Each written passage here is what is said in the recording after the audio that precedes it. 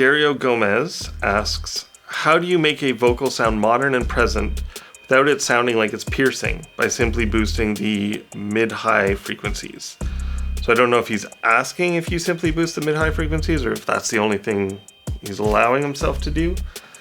So the examples he gave of, what to shoot for is SZA, am I pronouncing that right? And The Weeknd. I went and listened to a couple of tracks from both of them. They both sound fantastic. So it's, it's going to be more than just one EQ move that's going to get you vocals like that. One, both really good singers. Two, they have good recording chains. I can't stress this enough.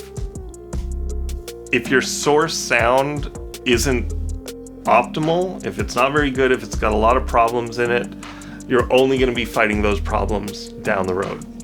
And cheaper condenser mics tend to have, which a lot of people use for vocals. I won't say always have, but really do tend to have this very zingy, bright, overhyped kind of high end that once it's in the sound, once it's in the vocal recording, is really hard to EQ out. So getting as good a microphone as you can, which these days doesn't mean thousands upon thousands of dollars. You can get some really good sort of mid-range. There's this whole resurgence of, or renaissance rather, of budget large diaphragm condenser mics that are actually quite good. Go to a store, try out a couple, listen to examples online, and really listen for the quality of the frequencies that you're concerned about, that really piercing, zingy high end. A good microphone preamp can also make a huge difference. So one of the other things is the vocals in the examples that I listen to, they're just kind of held in place very strongly. Like they're just up front and they don't budge. And that's going to be compression. Compression is your friend with things like that. Sometimes trying to get that much compression out of one compressor will lead to artifacts, undesirable artifacts. So a good approach to maybe try is to have two compressors, both doing kind of half the work, but in slightly different ways.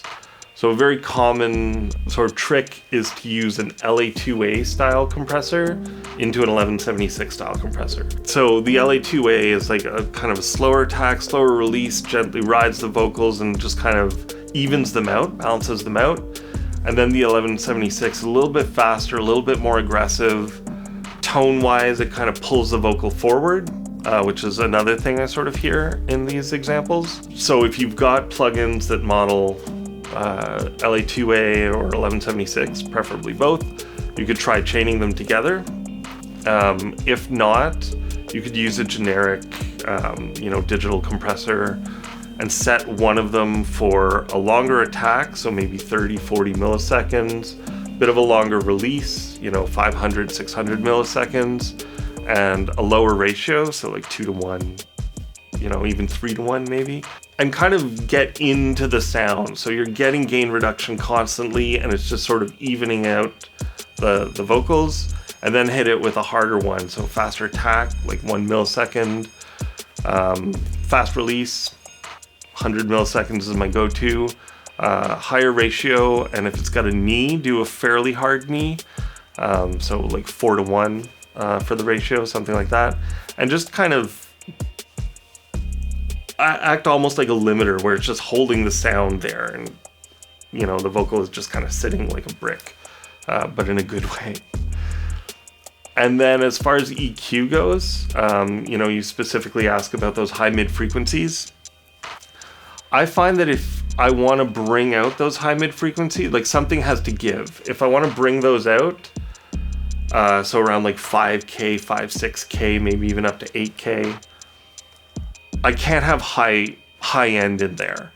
If I've got just the whole whack of frequencies from 5K up boosted, things sound harsh, things sound fatiguing. And to me, they almost sound like audio Teflon, where your ear slides off it. It can't really grab onto it. So one thing to try is to just roll off the high frequencies, either with a shelf or with a low pass filter, and maybe start rolling off around 8-10K. Kind of roll off till it starts to sound a bit too dull, and then right around the cutoff, wherever that is, just with a wide bell, boost that back up.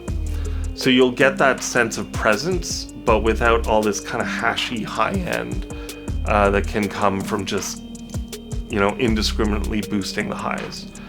I find a Pultec style EQ is my go-to for that. Sounds great, very smooth.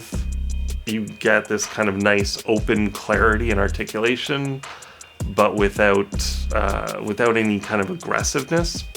But try a bunch of different EQs, try the same technique with whatever you have at your disposal, and hopefully that helps. Hey everyone, I'm Al Easler, Senior Audio Engineer here at LANDR. If you like this video or any of the other videos on this channel, consider liking and subscribing. If you need help with your mix, leave a question or comment below, and either myself or one of our other audio engineers will answer it. Thanks for watching.